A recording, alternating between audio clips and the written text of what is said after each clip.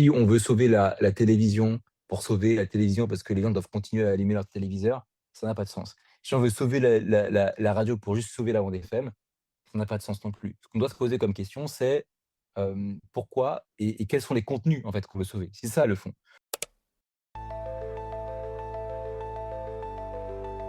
Bienvenue dans Deep Media, le podcast qui décrypte les médias à l'heure du numérique. Je suis Julien Bougeot, consultant social média et IA générative, mais avant tout passionné et curieux de l'univers média depuis plus de 15 ans.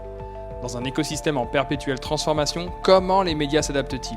Comment se réinventer face aux nouvelles technologies et aux géants du numérique? Quel avenir pour l'information et ceux qui la produisent? Si ces questions vous intriguent, alors vous êtes au bon endroit. Deep Media, c'est un temps de réflexion et d'échange avec celles et ceux qui façonnent l'avenir du secteur.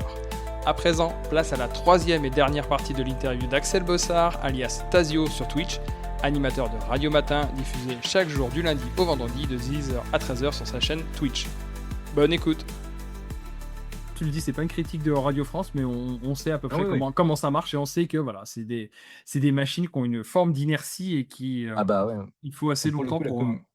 Oui, pour le coup, la commission d'enquête, qu'il y a eu cette année a mobilisé énormément de gens en interne et du coup, je sais que ça a pu mettre en pause pas mal de sujets parce qu'il y avait toujours ça à gérer et cetera et heu et c'est de réalité, hein. C'est une commission comme ça, bah, ça mobilise énormément de personnes, ça demande beaucoup de moyens, financiers, humains et cetera, et du coup, bah, forcément, ça peut mettre en pause aussi des sujets qui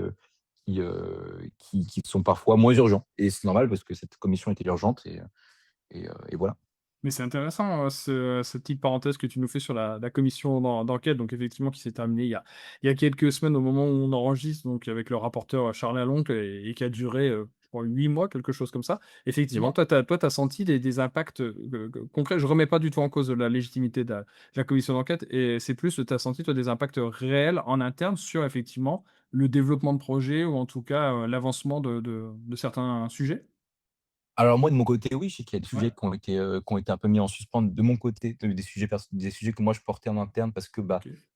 c'est des sujets qui étaient en lien avec, certains services qui étaient très mobilisés pendant cette période-là et du coup, en toute logique, il fallait qu'ils soient mobilisés à fond pour répondre aux questions, de la commission parlementaire et suivre tout ça et c'est en toute logique, du coup, que moi j'ai été mis en pause et c'est tout à fait normal. Mais c'est vrai que, du coup, ça a mobilisé des forces, particulières au sein de Radio France et c'est important de bien l'avoir en tête. Hem, donc ouais, ouais, c'est clair. Moi, après moi ça m'a aussi j'étais confronté à ça très directement. Je ne sais pas à quel point ça s'est fait, à toutes les échelles, au sein de Radio France, mais en tout cas, moi, personnellement, vu que j'étais en discussion sur certains sujets pour des formats et tout, Mmh. ça a pu effectivement, mettre en pause, mais c'est comme je dis, c'est une pause donc bon, on patiente et puis voilà quoi, Non, mais tant c'est que ça passe, intéressant. et puis C'est mmh. intéressant quand même d'avoir ce retour-là parce que j'ai pas l'impression, moi qui ai quand même suivi un petit peu ce sujet, alors pas tout à fait au quotidien, mais quand même très régulièrement, j'ai pas l'impression que c'est un discours qu'on ait beaucoup entendu et qu'on ait eu, forcément, cet impact direct de cette commission sur la vie, des médias publics, tout au long Ça de cette saison. Il me semble que c'est Xavier Niel qui avait dit ça et que qui alors, on peut qui avait dit, «Une commission, bah, ça coûte de l'argent à faire aussi du Oui. côté des médias». Je dirais pas que ça coûte forcément de l'argent en réalité, tout à l'heure j'ai appris cette formule-là, mais ça demande du coup des moyens humains et Mmh. donc in fine, ce sont des salaires qui sont versés, qui vont être redirigés vers la préparation de cette commission. Xavier Niel, lui, il me semble, le regrette. Moi, je le regrette pas entre guillemets, je pense que c'était une commission qui était importante. Est-ce qu'elle a posé les bonnes questions? Je ne Ça c'est de l'ordre de mon avis personnel, on va dire. Mmh. Bien Mais, sûr. en tout cas, sur le papier, cette commission était importante et du coup, c'est normal que ces moyens humains aient été mis en place parce qu'il fallait y répondre sérieusement. OK, eh ben, merci en tout cas pour cette petite, parenthèse. J'avais pas forcément imaginé ce sujet-là, mais je trouve que c'est extrêmement intéressant de l'avoir évoqué. Là, je vais passer à un tout autre sujet. Dans ce podcast, on parle donc, transformation, des médias, digitalisation et cetera. Il y a un buzzword qu'on a depuis plusieurs années, il se manifeste en 2 lettres, IA. Ce sujet-là, toi, comment est-ce que tu l'appréhendes? Est-ce que c'est un sujet dont tu t'es emparé? Si oui, à quel niveau? Ou est-ce que c'est un sujet qui te dépasse complètement et tu n'en trouves pas forcément une grande utilité, dans ton quotidien, à la fois sur Twitch et à la fois de manière générale, dans ton quotidien Radio France? Pour moi, c'est un sujet qui est assez central pour le coup. En fait, pour tout, pardon, j'avais une petite poussière. À la fois pour les questions que ça pose, au niveau global, à la fois pour les questions que ça pose, sur mon quotidien et sur mon travail. en fait, pour moi, c'est un sujet qui pose des questions absolument partout et qui vient te demander, par exemple, en fait, quand tu parles d'IA, au bout d'un moment, je pense que tu es obligé de te poser, surtout quand dans le cadre d'IA générative, hein, Mmh, parce qu'en fait, bien sûr, souvent, on parle d'IA, mais en fait, on utilise le mot IA un peu à outrance, c'est vrai. sans forcément l'utiliser, correctement. Mais effectivement, oui, là, dans ce cas-là, on va plutôt parler d'IA générative, parce que je te rejoins totalement et j'ai pas été assez précis. Effectivement, l'IA en tant que Ah telle, mais oui, c'est normal, oui. existe déjà depuis bien longtemps et effectivement, la déferlante qu'on a depuis fin 2022 concerne effectivement l'IA Mmh. générative. C'est ça et ça pour le coup, moi je me pose plein de questions. Donc par exemple, quand tu parles d'IA générative, tu finis par te poser la question, mais en fait, c'est quoi l'art? Est-ce que est-ce que par exemple, l'art implique forcément un geste humain, tu vois? Moi je suis plutôt, de cet avis-là, mais je pense qu'il y a des personnes qui arrivent à argumenter d'une différente manière. Donc en fait, au quotidien, tu es obligé de te poser ces nouvelles questions-là, puisqu'en fait, tu es mis en face à des utilisations qui sont tous les jours un peu nouvelles et du coup, ça te questionne par rapport à tout ça. Moi, par exemple, dans mon quotidien, j'ai une veille que j'écris au quotidien pour l'envoyer en interne, qui est une veille social media et cette veille-là, je vais corriger, par exemple, mes petites tournures de phrases avec de l'IA, tu vois? Mais Mmh. j'utilise comme un outil et jamais comme, un outil de création en tant que tel. En fait, pour moi, l'IA ne doit jamais être un outil de création, mais il peut être un outil en tant que tel, vraiment «de support» entre guillemets. Un assistant. Tu as ju C'est ça, tu vas pas lui faire écrire pour toi tes idées, à ta place et te demander de trouver des idées plutôt à ta place, Mmh. mais tu peux lui demander de prendre un paragraphe que tu as écrit et d'améliorer la formulation. Moi, je trouve que ça me dérange moins. Par contre, ce qui me dérange plus, ça va être l'utilisation effectivement, visuelle, de vidéos et cetera, parce qu'on sait toutes les dérives qu'il peut y avoir. Et surtout, en plus, c'est des bases de données souvent qui ont été entraînées sur des personnes qui n'ont pas forcément donné leur consentement pour que les images elles soient utilisées et cetera, pour entraîner l'IA. Bref, tout ça me pose un problème, en plus, je trouve ça globalement très moche. Ouais, ça, Mmh. c'est mon avis personnel, mais voilà. Après, moi, ce que j'aime bien, c'est qu'on peut utiliser l'IA pour des certains outils d'IA de bien des manières. Par exemple, moi, il y a un outil que j'aime beaucoup qui s'appelle, Notebook LLM et qui, Bien pour le coup, sûr. je trouve Ouais. extrêmement pratique parce qu'en fait, tu vas mettre un fichier dans Notebook LLM, par exemple, une étude d'un chercheur, Mmh. qui fait genre 100 pages. Moi, par exemple, j'ai pas reçu une formation scientifique qui fait que je suis capable de lire des articles scientifiques et en fait, tu vas entre c'est l'IA, elle ne va travailler que sur ce fichier-là et tu peux lui poser des questions pour que ça t'explique, on va dire, l'article. Et ça, je trouve ça plutôt cool parce qu'en fait, il y a pas de possibilité, entre guillemets, «d'hallucination», en tout Mmh. cas des hallucinations qui sont moindres, parce qu'en fait, du coup, l'IA va travailler sur un fichier que tu lui as donné. Et ça, pour le coup, je trouve que c'est une utilisation qui est vertueuse, dans le sens où, en fait, il ne te fait pas ton travail à ta place. C'est-à-dire que tu ne vas pas écrire quelque chose avec le book LLM. Par contre, ça peut, toi, t'aider en tant que personne à déjà avoir une première idée d'un sujet. Et ça, pour le coup, je trouve ça intéressant. Donc voilà. C'est un très bon outil, je te rejoins totalement. Moi, je sais que pour le podcast pour lequel on discute, je l'utilise régulièrement aussi pour faire de la recherche et de la synthèse documentaire. Effectivement, c'est très, très bon, très, très bon outil. Et c'est très sour et le fonctionnement fonctionne très bien parce qu'en plus derrière, tu as à chaque fois la source d'où il tire en fait l'information qu'il est Mmh. en train de te donner. Du coup, tu peux ensuite après aller la vérifier toi-même, recontextualiser le truc et du coup pour moi, c'est un des outils les plus vertueux à utiliser pour le coup, quand on parle d'IA. Et à Radio France, donc à Radio France, tu as le droit d'utiliser ces outils-là et en tout cas, je comprends bien que toi, en tout cas, ça passe jamais la barrière de l'édito. Pour toi, c'est clair et net? Bah, en tout cas pour Radio Matin, c'est pas possible Ouais. puisque je fais tout en Oui. direct donc voilà. Hem, donc ouais, après je ne sais pas comment les personnes peuvent l'utiliser. Je pense que ça peut être un outil qui est effectivement très pratique pour faire de la relecture de fautes, de tournures et tout, qui peut être un peu maladroite. Après, en interne, je sais que je pense que ce serait très mal vu qu'il y ait des personnes qui génèrent un article entier à partir Bien grâce à sûr. l'intelligence Ouais. artificielle, alors qu'ils n'ont pas relu forcément et tout. Mais je pense que ça, pour le coup, n'importe quelle rédaction web fonctionne comme ça, Ouais. donc voilà. Surtout à Radio France. Et d'ailleurs, Oui. est-ce que tu avais eu, plutôt comment est-ce que tu percevais aussi parce qu'il y a quand même eu, quelques petits exemples qui ont été faits, du côté de Radio France avec, de l'IA. Donc j'avais parlé il y a quelques mois avec Alexandre Barlot, donc, de la direction IA, à Radio France, qui avait parlé aussi de quelque chose qui avait été fait avec le réseau ici, où ils avaient remonté des questions à l'époque pour interviewer donc le Premier ministre, Michel Barnier. Il y a une autre expérience qui avait été faite aussi avec France Culture, qui avait fait un épisode des Pieds sur terre, Ah oui. un double épisode, d'ailleurs, qui avait été généré avec de l'IA. Toi, comment est-ce que tu perçois ces tests-là? Tu trouves ça intéressant? Tu trouves que c'est plus fait pour de la com ou est-ce que ça peut ouvrir à des perspectives intéressantes? Pour le coup, pour la partie ici, je t'avoue que j'ai pas forcément Ouais. suivi ce dont tu parles, donc je peux pas forcément réagir là-dessus. Mmh. Pour les pieds sur terre, je trouve que c'est intéressant parce que ça interroge des choses.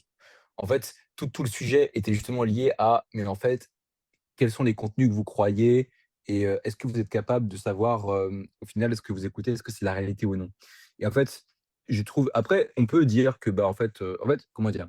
Je pense que n'importe qui pourrait dire: «Bah, en fait, il fallait pas faire ça parce qu'on a utilisé, de l'IA quand même et qu'on a trompé des gens». Mmh. Tu vois? Peut-être qu'il y a des personnes qui ont jamais suivi, qui ont suivi qu'un bout de l'histoire et qui ont écouté la fin. Bref, je pense qu'il y a des critiques potentielles qui peuvent émerger.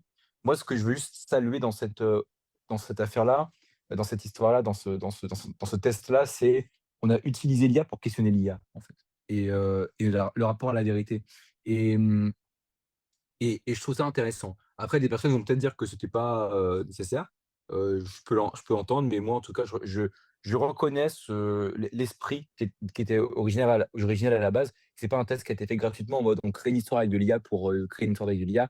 Il y avait une volonté derrière et on n'a pas utilisé l'IA au hasard et c'est ça que j'ai aimé dans cette, expérience avec les pieds sur terre. Ouais, et puis c'est ça a vraiment été circonscrit, ça a été annoncé et cetera. Enfin, Exactement. et c'est ça aussi qui est intéressant, c'est-à-dire qu'il faut l'IA après on voilà, l'IA c'est toujours bien de le faire en conscience et en connaissance, mais à partir du moment aussi où, voilà, le public il est clairement informé et ça pose quand même moins de problèmes que quand, et il y a certains projets qui ont abouti comme ça, où on a découvert à la fin: «Ah, c'était de l'IA qui était Ouais. utilisée», donc c'est un petit peu particulier. On arrive, doucement mais sûrement à la fin de cette heure, de discussion qui est hyper intéressante et j'ai une petite question où on dézoome un petit peu. Si je te dis les termes radio, vidéo, stream, est-ce que ça a encore du sens en tant que tel? Ou est-ce qu'on est déjà dans des objets éditoriaux qui sont un peu hybrides? Est-ce que tu penses que les choses sont encore fortement cloisonnées ou est-ce qu'on se dirige plutôt vers des choses qui vont être, assez transverses? J'ai Ah, peut-être c'est marrant déjà parce un que j'ai peut-être déjà un élément de réponse, mais je pense que tu as déjà peut-être que tu m'as entendu, sur J+7 en parler un petit peu. un petit peu. En fait, moi, je pense qu'aujourd'hui, vouloir sauver un canal de communication, pour sauver un canal de communication, ça n'a pas de sens. C'est-à-dire que, si on veut sauver la télévision pour sauver la télévision parce que les gens doivent continuer à allumer leur téléviseur, ça n'a pas de sens. Si on veut sauver la radio pour juste sauver la bande FM, ça n'a pas de sens non plus. Ce qu'on doit se poser comme question, c'est, pourquoi et quels sont les contenus, en fait, qu'on veut sauver? C'est ça le fond. Au final, qu'un contenu soit écouté, à la radio, en direct ou bien, en podcast, qu'est-ce que ça change vraiment? La plupart des contenus qui fonctionnent en linéaire aujourd'hui, on s'en moque qu'ils soient écoutés en direct ou pas. Je pense qu'il y a effectivement des contenus qui doivent continuer à exister en linéaire parce que, bah, ça crée des moments de communauté en instantané, tu vois? Mais par exemple, Les Pieds sur terre, c'est pas un format qui a besoin d'exister, forcément en «linéaire» entre guillemets pour continuer à acquérir de l'audience et à être, très visible. D'ailleurs, c'est un des contenus les plus visionnés, les Mmh. plus écoutés pardon, sur l'application Radio France. Pour moi, le combat le plus important, c'est de se dire qu'en fait, les canaux de communication, on s'en fout. Le principal, c'est que ton contenu, il continue à exister pour les personnes qui le cherchent et peu importe les plateformes, en fait. Donc si demain, il y a, comment dire? La radio, la bande FM n'est plus écoutée, en fait, le plus important, c'est pas que les gens continuent à écouter la bande FM. Le plus important, c'est qu'ils aient toujours accès à ton contenu audio, parce qu'en Mmh. fait, je pense que le contenu audio sera toujours écouté, en fait. Et ça, pour moi, c'est ça le plus important. Et d'ailleurs, j'ai une théorie très personnelle, qui est que on doit arrêter de parler de format, on doit commencer à parler de contexte d'écoute. Par Mmh. exemple, quand j'écoute la radio, je ne suis pas forcément dans ce que j'appelle de l'écoute active. L'écoute active, c'est quand tu vas regarder, koh à la télé, par exemple. Là, tu vas être focus absolument à 100 sur ce que tu es en train d'écouter. Mais souvent, la radio, tu vas l'écouter en faisant quelque chose à côté. Tu vas l'écouter, peut-être en travaillant, tu vas l'écouter en, faisant du ménage, tu vas Mmh. l'écouter en, je sais pas, en faisant la vaisselle, tu vois? Et du coup, tu as ce que j'appelle une écoute passive. Et en Bien fait, sûr. la question qu'on doit se poser, c'est comment est-ce que ton contenu, il continue à être, pertinent dans ces contextes d'écoute-là? Parce que quand je suis à table en train de manger, oui, je ne vais pas écouter la radio, mais je pense que c'est le cas de tout le monde. Personne n'écoute la radio en mangeant aujourd'hui. Et donc, en fait, quand on parle de la concurrence entre les médias, c'est pas intéressant. Ce qui est intéressant pour moi, c'est de se dire: «Comment est-ce que mon contenu, il existe quand, la personne qui veut faire à manger, elle veut écouter quelque chose en même temps?» Et c'est ça, pour moi, la mère de toutes les batailles, c'est pas du tout, est-ce qu'il doit allumer la bande FM ou pas? Ça, on s'en moque. Ce qu'il faut, c'est que la personne, elle pense à ton contenu et qu'elle soit capable de le trouver et de l'écouter, en fait. Et pour moi, c'est un peu ça le truc le plus important. À ça, j'ajoute plusieurs types de contenus plusieurs contextes de visages différents. Je pense à l'écoute donc active qui est pour moi l'écoute, liée à la télévision surtout, à l'écoute passive qui est pour moi surtout liée à la radio, à Twitch par Mmh. exemple. Twitch pour moi, c'est le Ouais, format qui se rapproche le plus de la radio quand on complètement. pense, à internet. Il y a ce que j'appelle de l'écoute semi-active ou semi-passive qui va être un peu cette, consommation de contenu, on va dire un peu automatique. TikTok par exemple, pour moi, c'est un peu ça. Tu es à moitié connecté à ce que tu es en train de faire. Tu es quand même un peu actif parce que du coup, tu slides, mais d'un côté, tu te rappelles pas forcément de ce que tu es en train de faire non plus. Donc, pour moi, tu es entre deux. Tu as l'écoute que j'appelle interactive, qui est du coup là, quand tu es en interaction très directe avec ton contenu. Et Twitch, Mmh. par exemple, fait ça aussi. Donc, tu peux être. Parce que d'ailleurs, un format Twitch, ça peut être à la fois parfois du passif, à la fois de l'actif et à la fois de l'interactif quand tu es dans le chat et que tu parles beaucoup. Et Complètement. tous les viewers ne sont pas dans le chat en train de parler. Et pour moi, le dernier truc le dernier contexte de consommation que je dirais, c'est ce que j'appelle du picking. C'est Mmh. quand tu te réveilles le matin et que tu vas juste chercher des petites infos, comme ça, très rapidement, Ouais. dans une forme de en fait, tu es dans une activité et très courte, très passive, où tu vas à la recherche de quelque chose de bien particulier. Et c'est ce que j'appelle moi le picking, c'est quand tu ouvres Twitter et que tu veux, voir les dernières infos sur quelque chose parce que, tu sais qu'il y a une actu ou que tu veux voir les petites infos du matin et point barre et ça s'arrête là, tu vois? Et pour Donc moi, vas-y. ouais, l'enjeu en fait, des médias, c'est de réussir à être pertinent un peu partout. En tout cas, d'être le plus pertinent sur au moins un des sujets. La radio doit être très pertinent, par exemple, sur du passif. FIP, par exemple, c'est les rois du passif aujourd'hui, sur Radio France. C'est quand tu sais pas quoi mettre en fond quand tu veux travailler. FIP, c'est peut-être, la meilleure radio du monde. Et d'ailleurs, Complètement. c'est très reconnu à l'international. Hem et c'est ça pour moi qu'on doit travailler le plus. Ouais.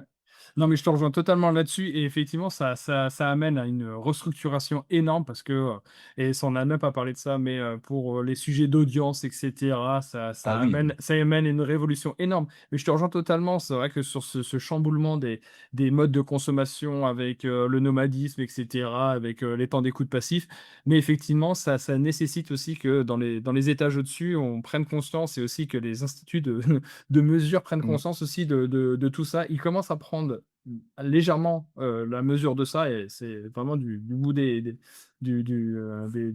bout des orteils qu'ils font ça. Mais, effectivement, il y a besoin, Mmh.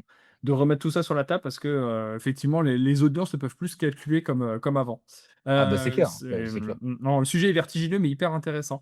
Est-ce qu'il y a là, on arrive sur la fin cette fois-ci, est-ce qu'il y a un sujet qu'on n'a pas forcément évoqué, tu dis: «Tiens, ça c'est dommage, j'aurais bien aimé qu'on en parle en 2 minutes»?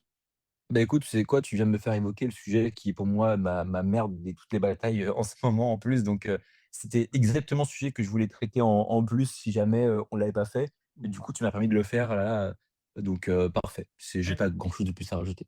eh ben, c'est parfait. Bah, écoute, je te remercie pour, ton temps et pour, l'échange. Voilà, c'était hyper intéressant. Le projet de, voilà, de Radio Matin, j'invite tout le monde à aller l'écouter, le découvrir. C'est vachement bien. C'est, voilà, c'est du React sur de la radio avec, beaucoup d'humeur, avec, une communauté qui est présente, avec beaucoup d'échanges de ta part. Donc, c'est vraiment chouette à regarder, voilà, et n'hésitez pas à participer puisque c'est du Twitch. Donc, voilà, abonnez-vous et Yes. participez à tout ça.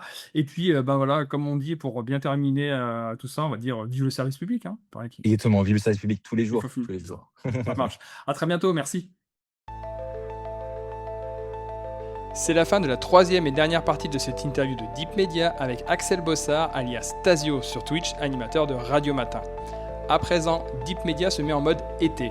Mais restez fidèles, plein de nouveaux épisodes inédits vont arriver et notamment une série de masterclass que je vous invite à écouter dès mardi prochain. Merci pour votre fidélité à Deep Media. Le podcast continue de battre des records d'écoute chaque mois et ça, c'est grâce à vous. Merci beaucoup. Si vous aimez ce podcast, parlez-en autour de vous, c'est important. Deep Media, c'est également une newsletter mensuelle pour poursuivre l'exploration, ainsi qu'un chatbot de veille IA et médias appelé IA Media Lab. Pour accéder gratuitement à ces deux outils, je vous mets les liens en commentaire d'épisode. Deep Media est un podcast autoproduit par Follow Me Conseil, agence de formation et conseil stratégique spécialisée en IA générative et social media. Bel été et à très bientôt.